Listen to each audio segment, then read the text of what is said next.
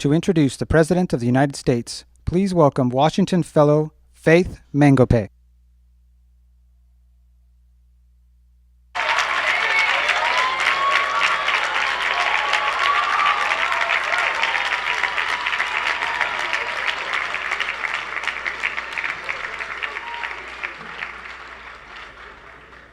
Thank you very much. You may have a seat.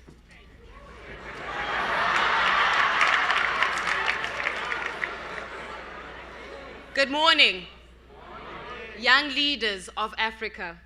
Good morning, distinguished guests, ladies and gentlemen. My name is Faith Mangope. I'm a broadcaster, businesswoman, and a world changer. But that is who I am. This morning, let's talk a little bit about who you are. Who are you when the narrative has depicted you as dark? Who are you when the shadow of corruption as well as the shadow of instability has cast a shadow of your own ingrown greatness? Who are you when hunger has been given a face and that face is you?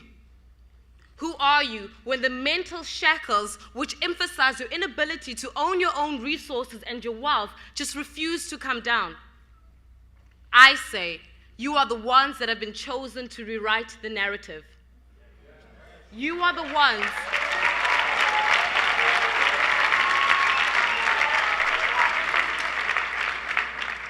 Africa, you are the ones that will testify of the greatness and the light of our African continent.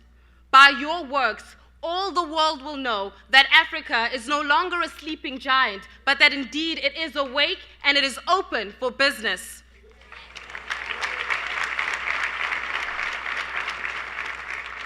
We would like to thank President Obama's Washington Fellowship for Young African Leaders on a program that has really opened our eyes to the endless possibilities which may occur when we no longer see ourselves as island countries within the African continent, but rather as nations, as citizens, as families who are interlinked and draw strength from collective collaboration. And ladies and gentlemen, whilst we learn and engage with one another, let us remain resolved in this fact. We are the ones who are Africa's best solution.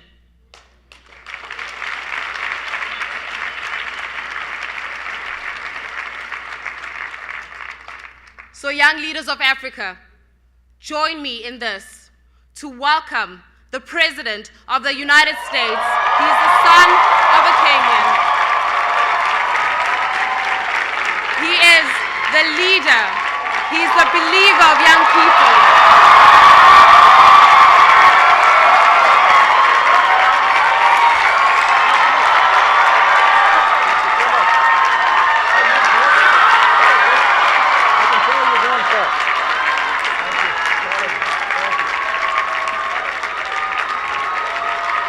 Hello, everybody. Hello. Hello, everybody.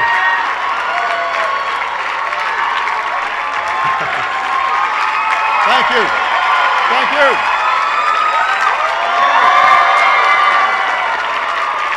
Thank you so much. Everybody, please have a seat. Have a seat. We're just getting started here. Wow. Hello, everybody.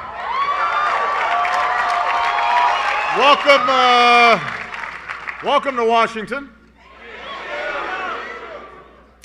I know most of you are visiting our country for the first time, so on behalf of the American people, welcome to the United States of America.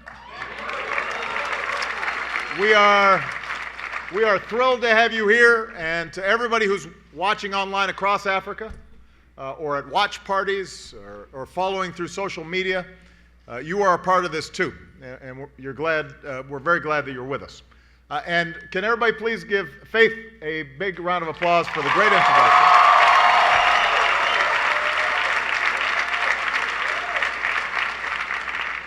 I have to say, Faith didn't seem very intimidated by the setting. She seemed not lacking in confidence. And she's doing great work in South Africa to empower young people and young entrepreneurs, especially women. Now, I'm not here to give a big speech. The whole idea of a town hall is for me to be able to hear from you. But first, I want to speak briefly about why I believe so strongly in all of you being here today. Next week, I'll host a truly historic event, the U.S.-Africa Leaders Summit, where nearly 50 presidents and prime ministers attend from just about all of your countries. It will be the largest gathering any American president has ever hosted with African heads of state and government. And the summit reflects a principle that has guided my approach to Africa ever since I became president, that the security and prosperity and justice that we seek in the world cannot be achieved without a strong and prosperous and self-reliant Africa. And even as we deal with crises and challenges in other parts of the world that often dominate our headlines, even as we acknowledge the real hardships that so many Africans face every day, we have to make sure that we're seizing the extraordinary potential of today's Africa, which is the youngest and fastest growing of the continents. So next week's summit will focus on how we can continue to build a new model of partnership between America and Africa, a partnership of equals that focuses on your capacity to expand opportunity and strengthen democracy and promote security and peace. But this can't be achieved by government alone. It demands the active engagement of citizens, especially young people. And so that's why 4 years ago I launched the Young African Leaders Initiative to make sure that we're tapping into the incredible talent and creativity of young Africans like you.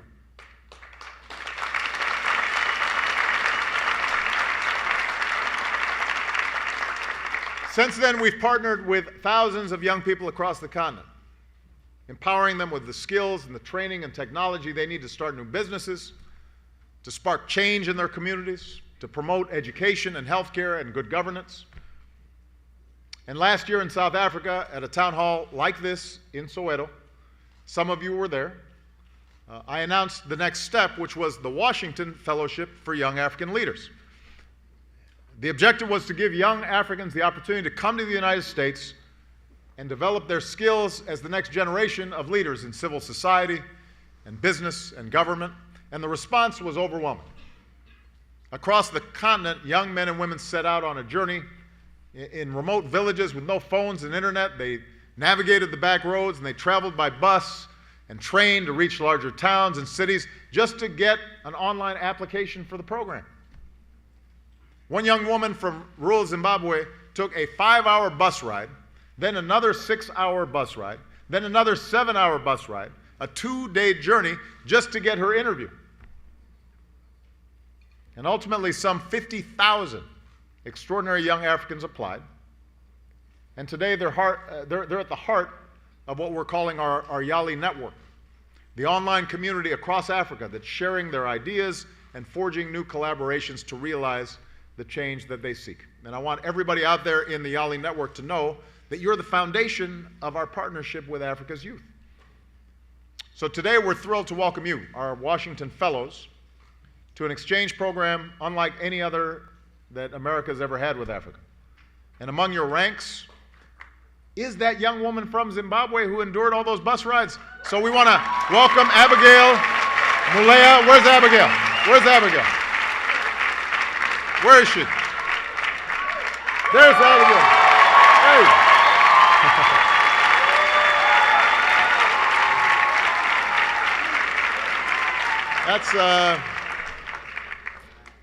That's a lot of bus rides. Now, I do have a first item of business. As I said, I launched this fellowship in Soweto, not far from the original home of Nelson Mandela. And the spirit of this program reflects Madiba's optimism, his idealism, his belief in what he called the endless heroism of youth. And so today, with the blessing of the Mandela family, to whom we're so grateful, we are proud to announce that the new name of this program is the Mandela Washington Fellowship for Young African Leaders. You're the first class of Mandela Washington Fellows.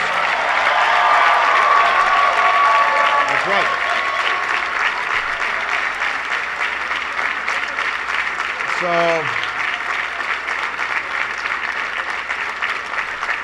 now, I know all of you have been busy. All of you have been busy at some of America's top colleges and universities. You've been learning how to build grassroots organization and how to run a business and how to manage an institution. As one of you said, my brain has been bubbling with all sorts of ideas. And I know you've also been developing your own ideas for meeting the challenges that we'll address at next week's summit. And I want you to know I've read some of the recommendations that were produced at each university and college, and I thought they were outstanding pieces of work. And that's what I want you to hear today, your ideas, your vision for Africa. Here at this summit, you're going to engage with some of our nation's leading voices, including someone who I know you can't wait to see, which is Michelle Obama, because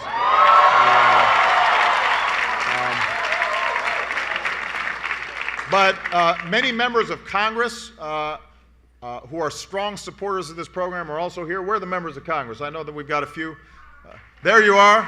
So some outstanding members of Congress are here. You'll get a chance to meet some of them, and I know some of you are headed off to internships in some of our nation's leading companies and organizations.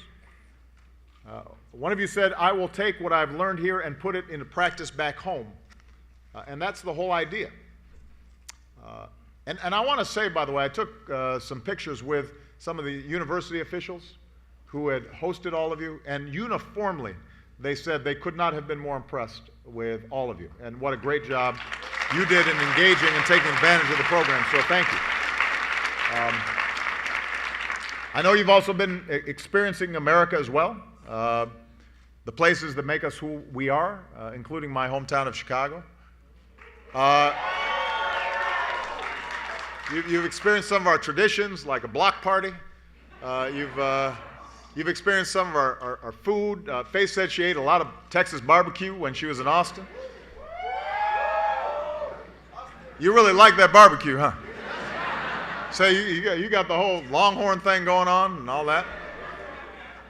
And Americans have been learning from you as well, because every interaction is a chance for Americans to see the Africa that so often is overlooked in the media. The Africa that is innovative and growing and dynamic. And a new generation, all of you, on Facebook and Twitter, and creating new ways to connect, like UCUS and Mixit. I see some of you tweeting this town hall. Although mostly I see these guys shifting into the seat over and over again so everybody can get a picture. Don't think I didn't notice. You all just, you need to stay in your chairs. Everybody thinks they're slick.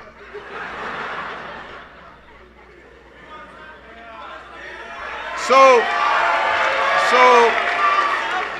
the point is, our Young African Leaders Initiative is a long-term investment in all of you and in Africa and the future that we can build together. And today I want to announce some next steps that I think are important. First, given the extraordinary demand for this fellows program, we're going to double it so that in 2 years, we'll welcome 1,000 Mandela Washington Fellows to the United States every year. So that's good news.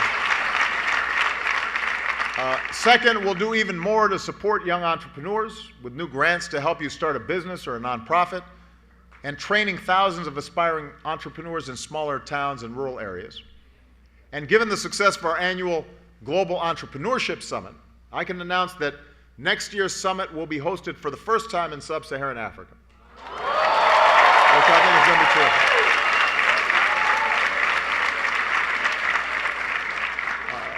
Third, we're launching a whole new set of tools to empower young Africans through our YALI network. New online courses and mentoring, new ways to meet up and network across Africa around the world, new training sessions, and meetings with experts on how to launch startups. And it all begins today. And to get started, all you have to do is to go to yali.state.gov, yali.state.gov, and that'll give you information about how you can access all these resources going forward. And finally, we're creating new regional leadership centers across Africa. So we're joining with American universities, African institutions, and private sector partners like Microsoft and MasterCard Foundation. We want to thank the two of them. They're really helping to to finance this. So give Microsoft and MasterCard Foundation a round of applause. Starting next year, young Africans can come to these centers to network and access the latest technology and get training in management and entrepreneurship. And we're starting in Senegal, Ghana, South Africa, and Kenya.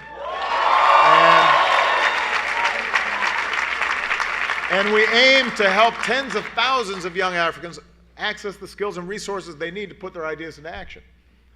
So the point of all this is we believe in you.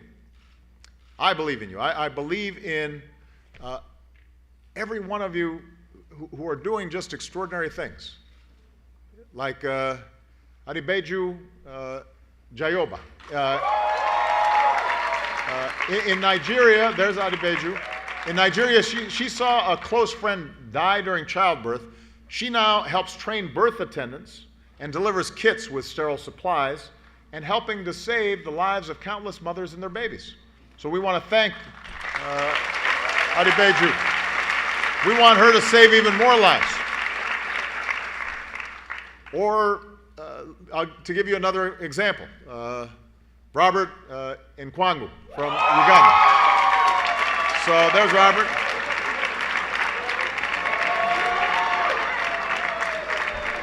So Robert is deaf, but even though he can't hear, he can see that the stigma and discrimination against people with disabilities must end. He's been their champion. He's standing up for their rights in schools and on the job. So thank you, Robert. We want to be your partner in standing up for the universal rights of all people. I believe in Mam Busu Njai.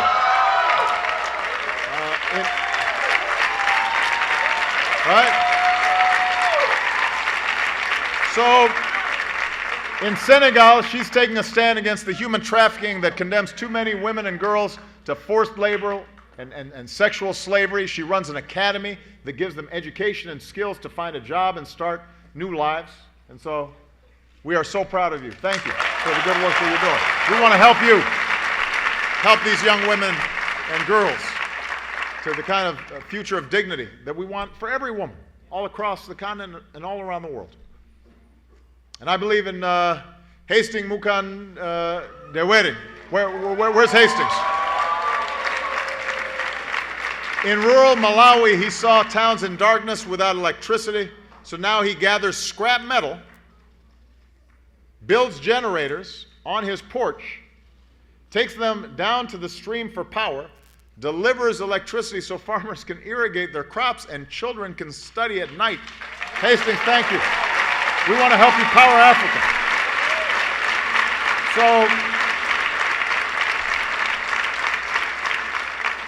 And everybody here has a story. And we believe in all of you. We see what's possible. And we see the vision that all of you have. Not because of what you've seen here in America, but because what you've already done back home, what you see in each other, and what you see in yourself. So, Sobel Gome, Sobel Gome from Senegal. Where's so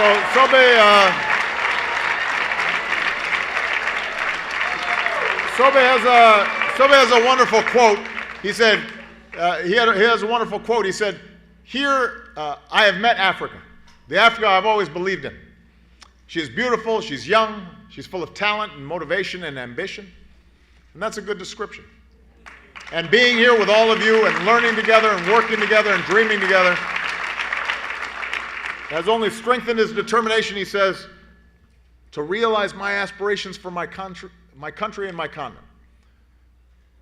So to Sobel and to all of you and to everyone across Africa who joins our Young Leaders Initiative, I want to thank you for inspiring us with your talent and your motivation and your ambition.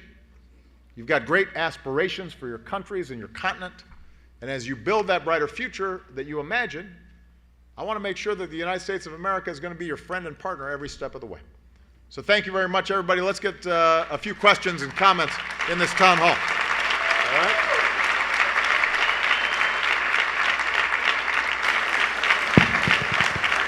All right. So now, okay, I know this is kind of a rowdy crowd. First of all, I want everybody to sit down. Sit down. Now, I'm not going to be able to call on everybody, so just a couple of rules. Number one, don't start standing up and waving or shouting. Just raise your hand, and I will try to select from the audience, and I'll try to take as many questions as possible. So let's keep the questions or comments relatively brief, so that I will try to give a brief answer. Although if you ask me, what are we going to do about ending war, then that may require a longer answer. So we'll see how it goes. So that's rule number one. Rule number two, we should have microphones in the audience. And so wait, when I call on you, wait until the microphone comes. The attendant will hold it in front of you. You can answer. Please introduce yourself, tell us what country you're from, and ask your question or make your remark. Number two, just to make sure it's fair, we're going to go boy, girl, boy, girl. In fact, you know what? In fact, we're going to go girl, boy, girl, boy. That's what we're going to do. Because one of the things we want to teach about Africa is how strong the women are and how we got to empower women. All right? So let's see who we're going to call on first. This young lady right here. Yeah. So wait till the mic's there. And then here, there's somebody right behind you who's got the microphone. Introduce yourself and welcome. Thank you, Mr. President. My name is Sakani Nola Mashaba. I'm from South Africa. And my question is, previously Nelson Mandela has inspired the foundation of the Southern African Fund for Enterprises. It has run for 2 decades and it has since been stopped. Is there any chance to develop another fund for enterprises in Africa? Well, it's a great question. One of the things that's been interesting in not only some of the platforms that you developed at your universities, but also during my trips to Africa, is the degree to which young Africans are less interested in aid and more interested in how can they create opportunity through business and entrepreneurship and trade. Not to say that we do not need to deal with very serious challenges in terms of poverty. We need to make sure that we are continuing to work on behalf of the least of these. But what I think everybody recognizes is that if you want sustained development and sustained opportunity and sustained self-determination, then the key is to own what is produced and to be able to create jobs and opportunity organically and indigenously, and then be able to meet the world on equal terms. So part of the challenge in entrepreneurship is financing. And for so many individuals across the continent, it's just very difficult to get that initial startup money. And the truth is that in many communities around Africa, it's not that you need so much,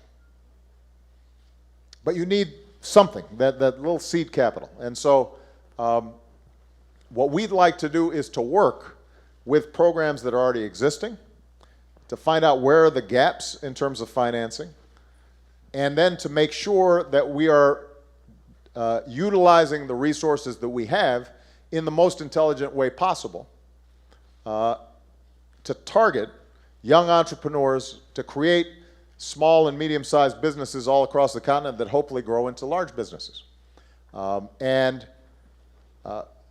If we're supplementing that kind of financing with the training and networking that may be available through YALI, then we could see the blossoming of all kinds of entrepreneurial activities all across the continent that eventually grow into larger businesses. And so we are very interested in this. This will be a primary focus of the summit that we have with the African leaders next week. How do we make sure that financing is available?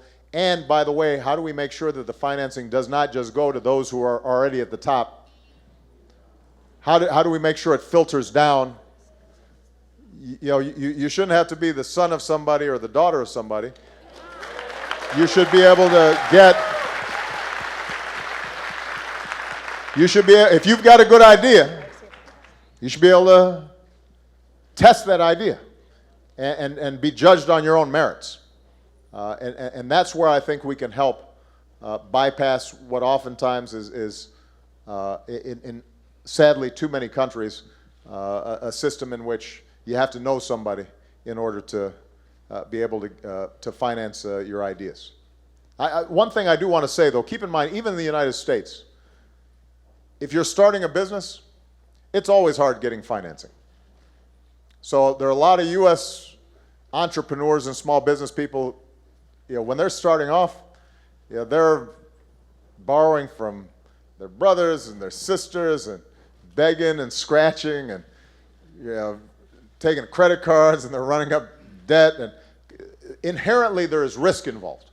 So I don't want to give anybody the illusion who's out there starting a business or wanting to launch a business that it's going to be easy. It will not be. But there are ways where we can make a difference, and oftentimes, particularly in rural areas of Africa, you don't need a lot of capital to get started, right?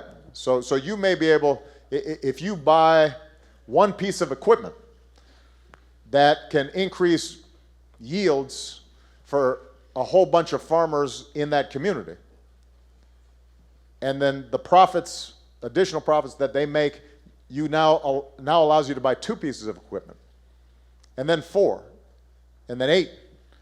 You can grow fairly rapidly because the baseline of capital in that community may be relatively low. So you don't necessarily have huge barriers of entry. You just have to make sure that you have that initial capital. But of course, in communities like that, even a small amount of capital can be hard to come by. And that's why making sure that this is a top priority of our efforts is something that we'll really emphasize. Okay? All right. So let's see. There's a gentleman's turn. Yeah. I'm going to call on this guy just because he's so tall. I always I like height. There you go. All right, go ahead. Thank you, Mr. President. I'm Elhaj Abougui from Senegal. President Obama is the first president of United States of Africa. I would like to know, can you share the 2 important issues you will discuss with the first president of United Nations of Africa? I'm sorry. I am the first African American president of the United States. No, but I wasn't sure of. Okay, African heads of state. What are the top 2 issues that I'm going to be discussing when we're in the summit tomorrow? If Africa become United States of Africa. Oh, I see. And you get the chance to meet the first president. I see. The first United All right. States So of this Africa. is sort of it's kind of an intellectual exercise. If I were to discuss, now I understand your question. It's clear. It's an interesting question. The idea is if somehow Africa unified into a United States of Africa, yes. what would be something that I would say to him or her? Her or him, yes. I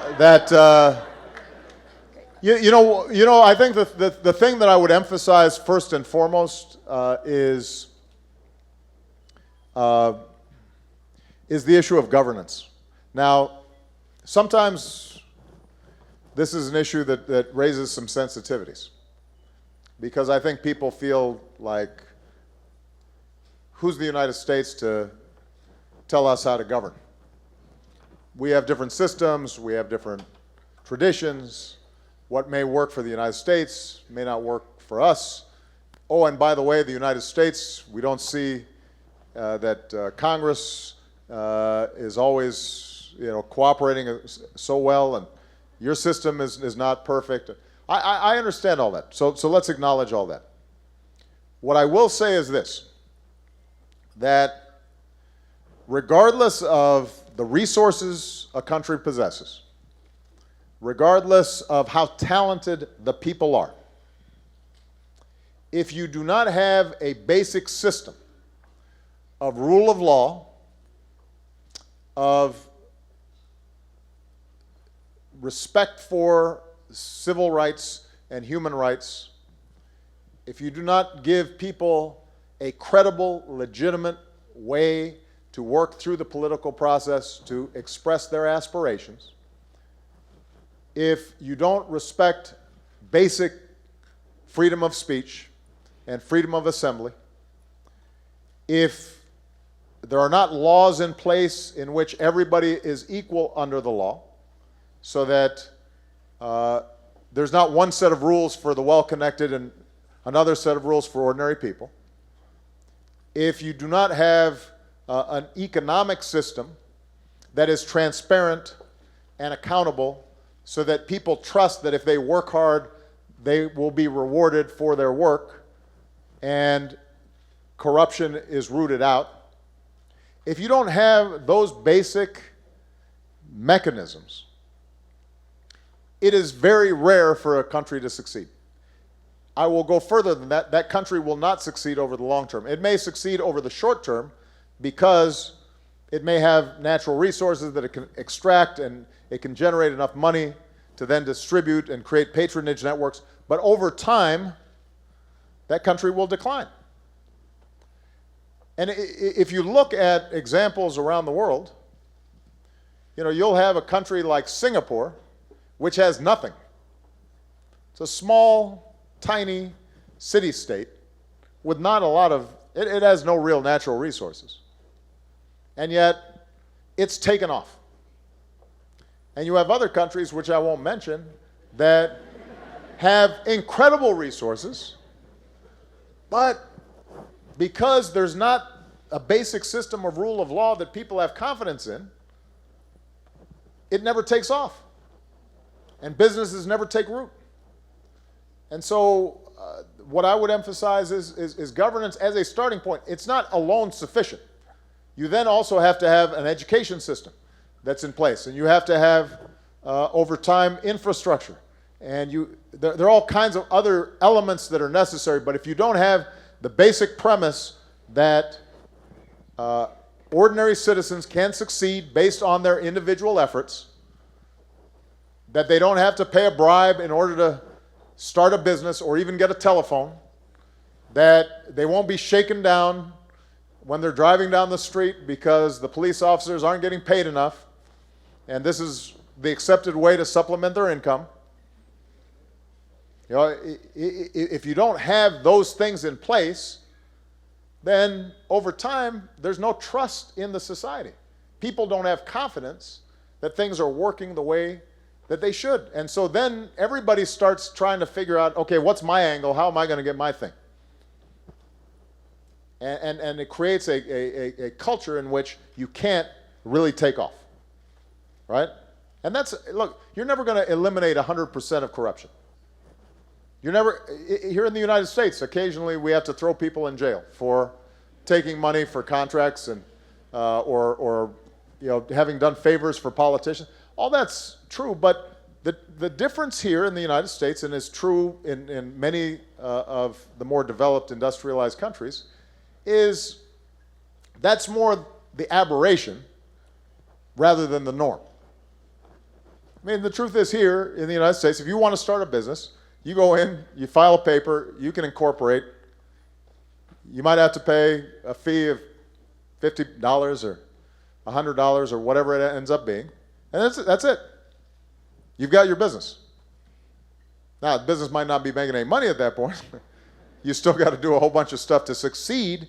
But the point is that basically rule of law is observed. That's the norm. That's what happens 95% of the time. And that's, I think, where you have to start. And that's where young people, I think, have to have high expectations for their leadership. And don't be fooled by this notion that, well, you know, we have a different way, an African way. Well, no. You know, the African way is not that you suddenly have you've been in office and then suddenly you have a Swiss bank account of $2 billion. That's not the African way. That's not.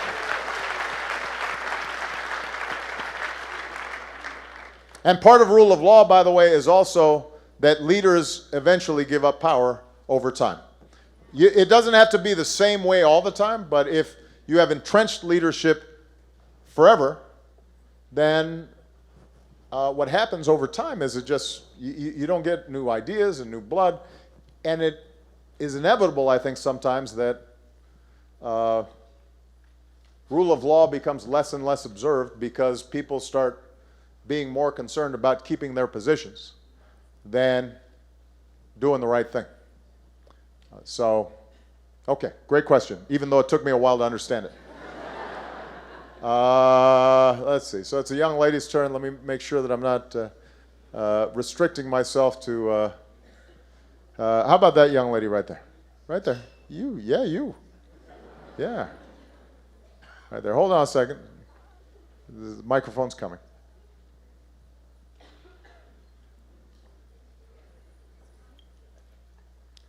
Good morning, Mr. President. My name is Changu Siwawa, and I'm from Botswana.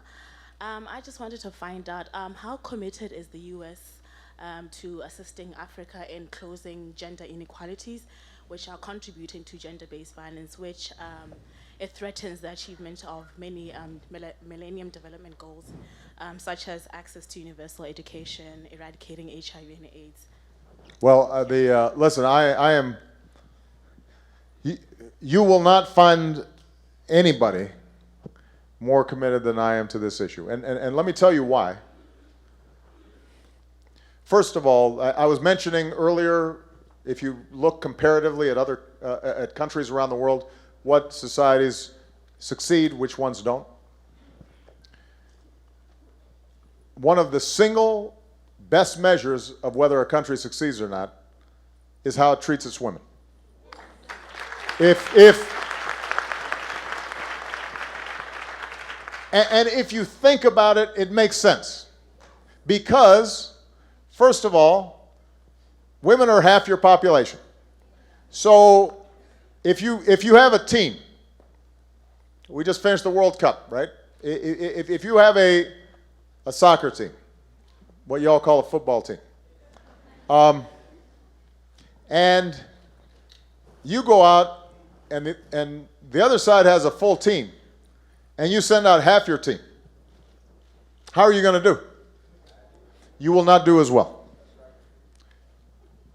If you are not empowering half of your population, that means you have half as few possible scientists, half as few possible engineers. You are crippling your own development unnecessarily. So that's point number one. Point number two is if you educate and empower and respect a mother, then you are educating the children. Right? So, you know, with a man, you educate him, that's okay. A woman, you educate her, and suddenly you've got an entire village, an entire region, an entire country suddenly is becoming educated. So this is an absolute priority for us. And we'll be discussing this with the heads of state and government that we've seen next week. And we've seen some progress on some fronts, but this is where sometimes traditions can get in the way. And as many of you know, my father was from Kenya, and that's the Kenyan contingent. But I think what applies to Kenya is true and applies to many of the countries in Africa. And this is not unique to Africa. We see this in other parts of the world.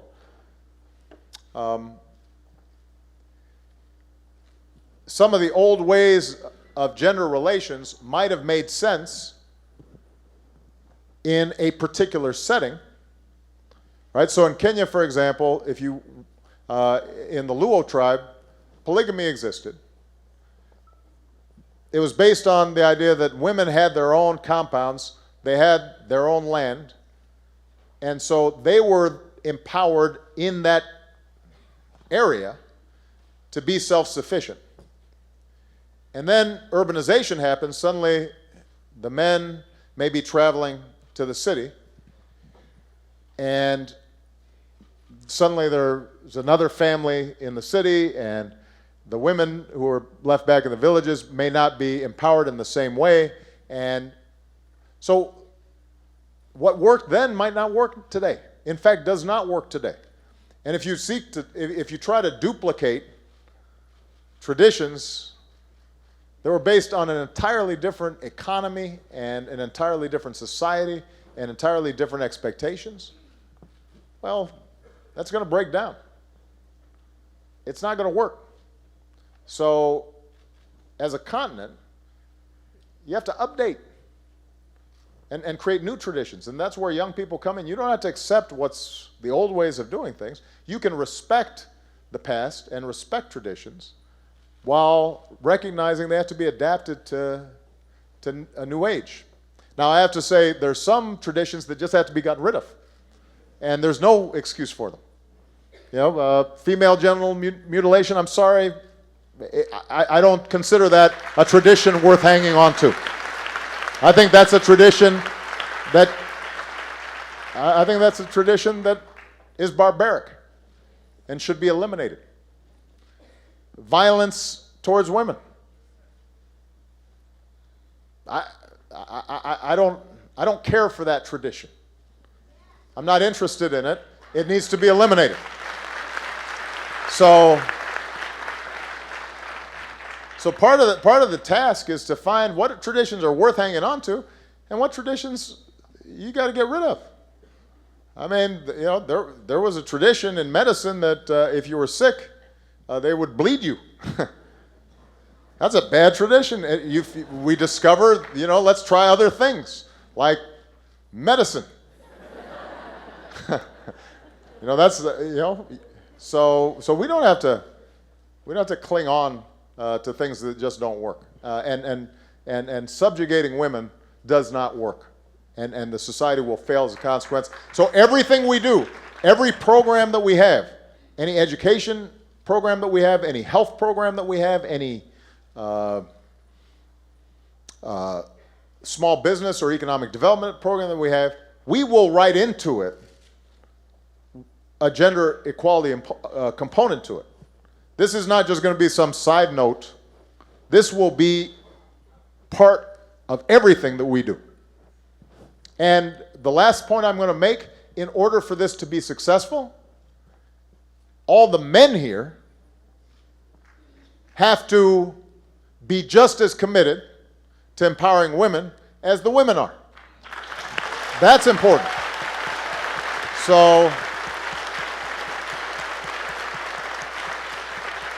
you know, don't think that this is just the job for women to worry about women's issues. The men have to worry about it. And if you're a strong man, you should not feel threatened by strong women. So, all right. All right, so we got a gentleman's turn. This gentleman in this bright tie right here. This is a go ahead. Thank you, Your Excellency. My name is Didas Mzirai, and I'm coming from Kenya. Hey, habari. Nzuri sana. Asante sana kwa hii opportunity. Africa is losing her people to starvation and diseases which are otherwise curable. Yeah. And this is largely because our governments are servicing very huge debts to the G8 countries. As a global leader in the family of nations, when will the US lead the other G8 countries in forgiving Africa these debts so that our governments can be in a position to deliver and provide essential services like social, healthcare, and infrastructural development services to our people? Well, Thank you. Thank you. Well, let me make a couple of points on this. First of all, I think it's important to recognize on issues of health the significant progress that has been made. Because I think sometimes we are so properly focused on the challenges that we forget to remind ourselves how far we've come. And when you know how far you've come, it gives you confidence about how much further you can go. So over the last 20 years, HIV occurrence has been cut in half in Africa. Half.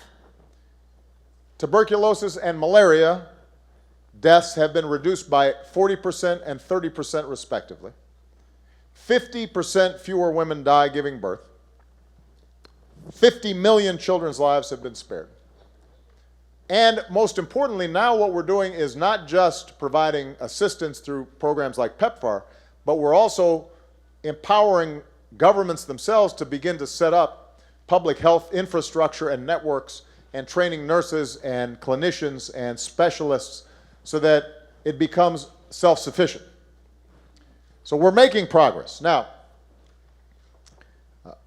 I think there is a legitimate discussion to be had around debt forgiveness. And in meetings with what now is the G7, I just want to let you know, but that's a whole nother topic that we don't want to get too far afield. I think there's genuine openness to how can we help make sure that countries are not saddled with debts that may have been squandered by past leaders, but now hamstrung countries, or making countries unable to get out from under the yoke of those debts. The only thing I will do, though, is I will challenge the notion that the primary reason that there's been a failure of service delivery is because of onerous debt imposed by the West. Let me say something, that may be somewhat controversial. And I'm older than all of you. That I know. By definition, if you're my age, you're not supposed to be in this program. You lied about your age. When I was a college student, issues of dependency and terms of trade and the legacy of colonialism, those were all topics of great fervent discussion. And there's no doubt that dating back to the colonial era, you can trace many of the problems that have plagued the continent, whether it's how lines were drawn without regard to natural boundaries and tribal and ethnic relationships, whether you look at all the resources that were extracted and the wealth that was extracted without any real return, to the nature of trade as it developed in the 60s and the 70s, so that value was never actually produced in country but was sent somewhere else. There are all kinds of legitimate arguments you can look at in terms of history that impeded African development. But at some point, we have to stop looking somewhere else for solutions, and you have to start looking for solutions internally. And as powerful as history is, and you need to know that history, at some point you have to look to the future and say, okay, we didn't get a good deal then, but let's make sure that we're not making excuses for not going forward. And the truth is that there's not a single country in Africa, and by the way, this is true for the United States as well, that with the resources it had could not be doing better. So there are a lot of countries that are generating a lot of wealth. I'm not going to name any, but you can guess. There's a well-educated crowd. There are a lot of countries that are generating a lot of income, have a lot of natural resources, but aren't putting that money back into villages to educate children.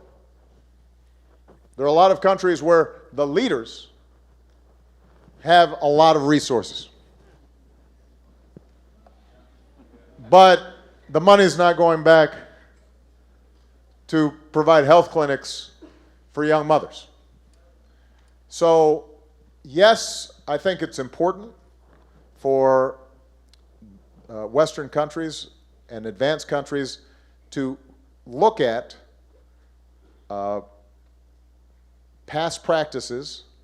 If loans have been made to countries that weren't put into productive enterprises by those leaders at that time, those leaders may be long gone, but countries are still unable to dig themselves out from under those debts. Can we strategically, in pinpoint fashion, find ways to assist and provide some relief?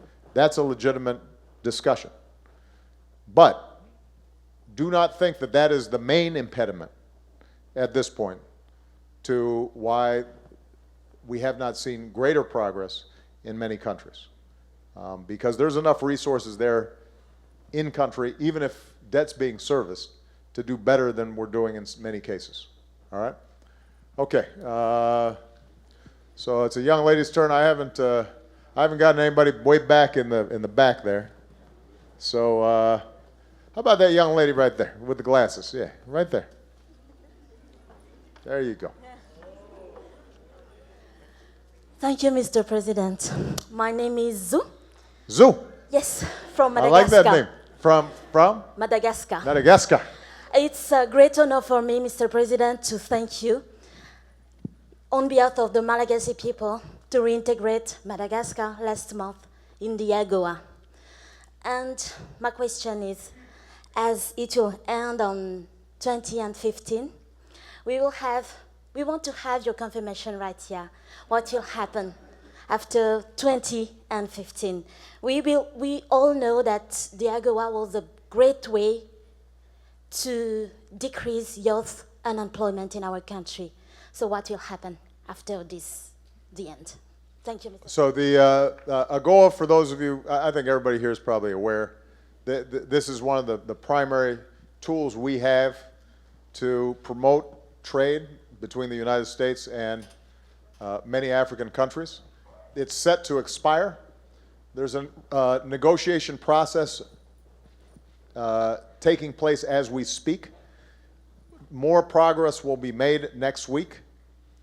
I think that we've learned some lessons about what works and what doesn't through the first stage of AGOA.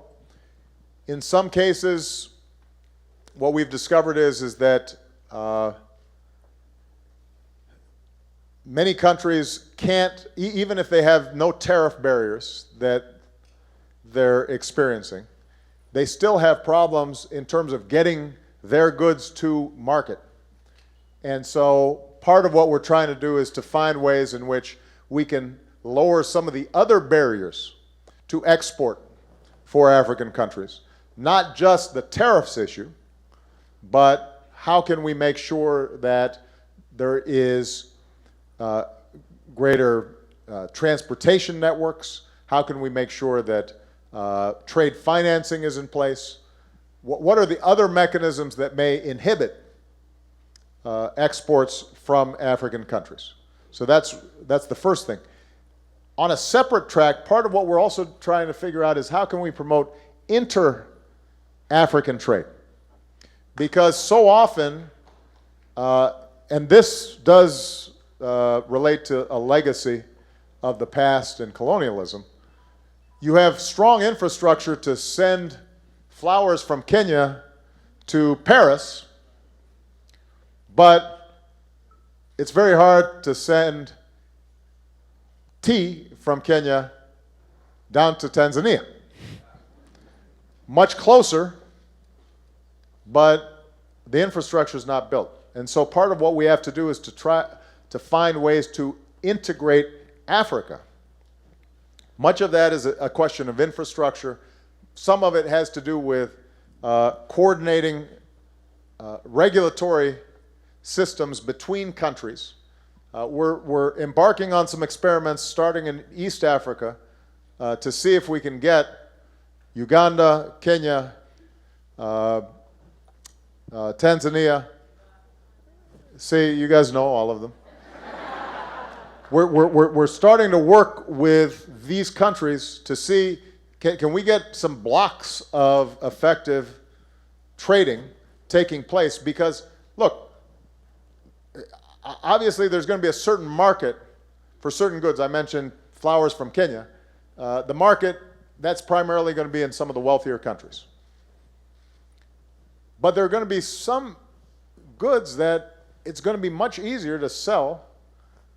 If I'm a Kenyan businessman, it's going to be easier for me to sell my goods to a Tanzanian or a Ugandan than it is for me to try to compete with Nike or,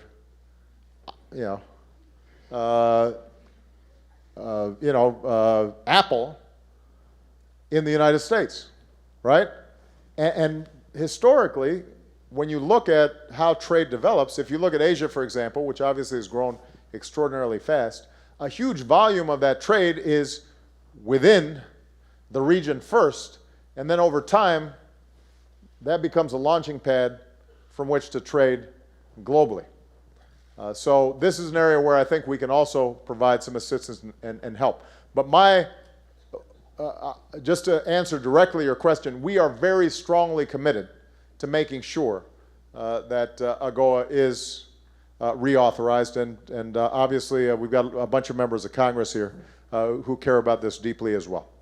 Okay. How much time do we have, by the way? I just want to make sure. Say 1 hour. Okay, I think we've got time for 2 more questions. Well, I'm sorry, but all right, so it's a gentleman's turn. Let me see. This gentleman in the white right here.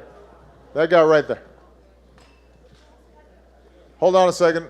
Let's get a microphone on him. I am James Molba from Liberia. It is a pleasure meeting you, Mr. President.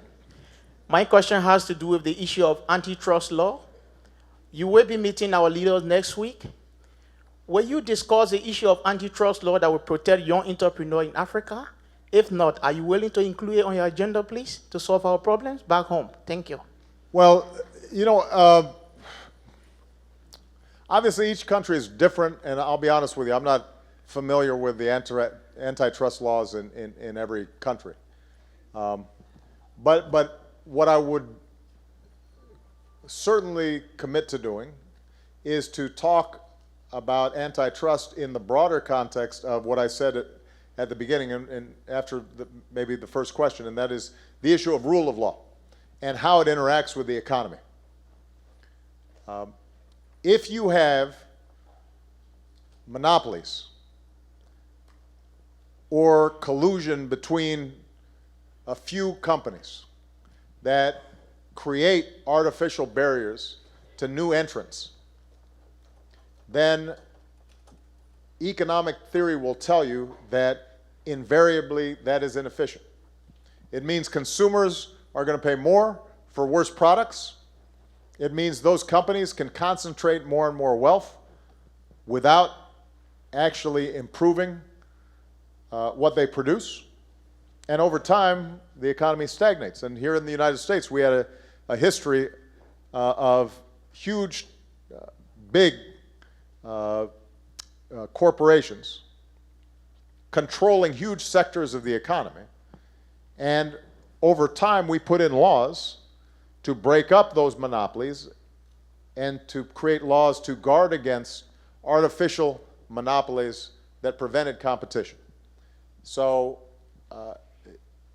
antitrust is one element of a broader set of laws and principles that every country should be adopting with the basic notion that, look, if you're successful, if you are a company like Apple that innovated, or a company like Microsoft that came up with a new concept, you should be able to get big, and you should be able to be successful.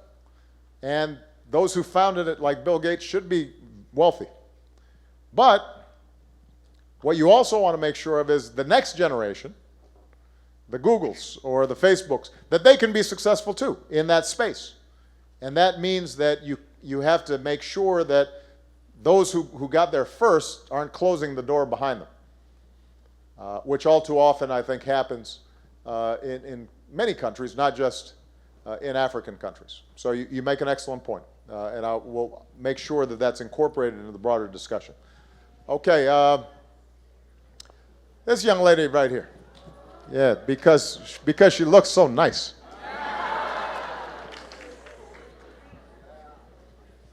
Thank you very much. My name is Josephine Kulea. I'm from Kenya. I know. It's just, we got a Messiah sister right here. That's it. Go ahead. Thank you for this great initiative, the young people, and thank you for believing in the young people.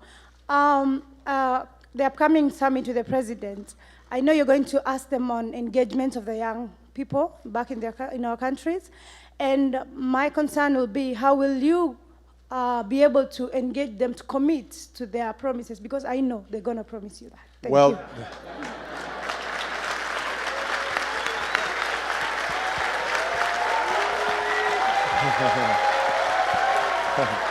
All right, don't get carried away here.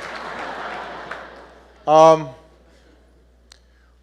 look, part of what we've done here by building this YALI network that we're going to be doubling over the next couple of years is we're going directly to the young people and creating these networks and these opportunities.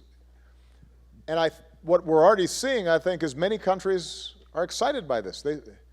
They're saying, you know what, this is something that can be an empowering tool for us, so let's take advantage of it. There are going to be some that may feel somewhat threatened by it. There's no doubt about that.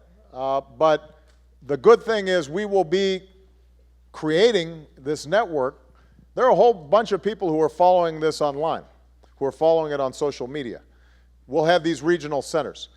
You will help to make sure that some of these promises are observed, because the whole continent of young people is going to be paying attention.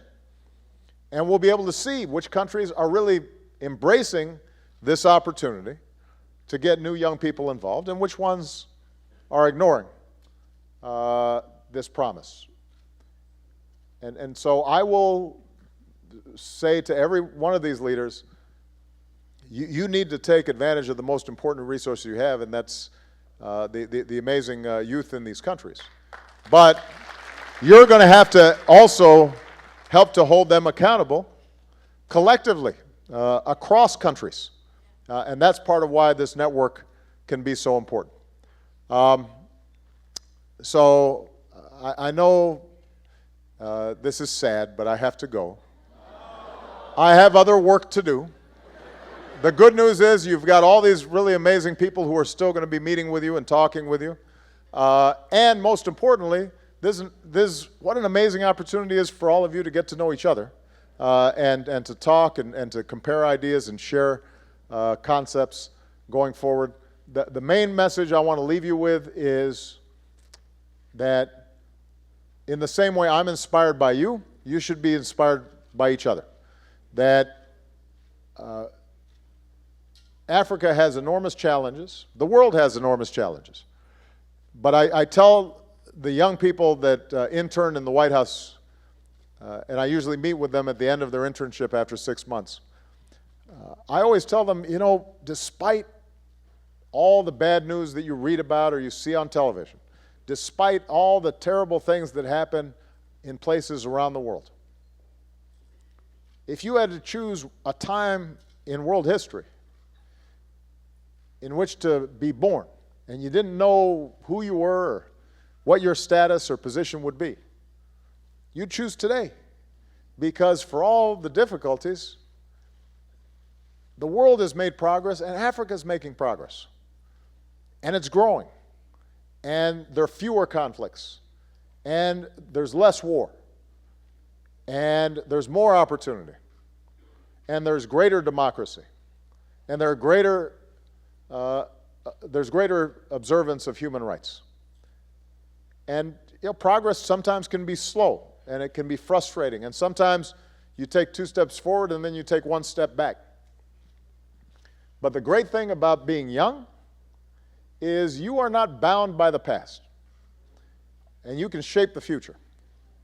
And if all of you work hard and work together and remain confident in your possibilities and aren't deterred when you suffer a setback, but you get back up and you dust yourself off and you go back at it, I have no doubt that you're going to leave behind for the next generation and the generation after that an Africa that is strong and vibrant and prosperous and is ascendant on the world stage.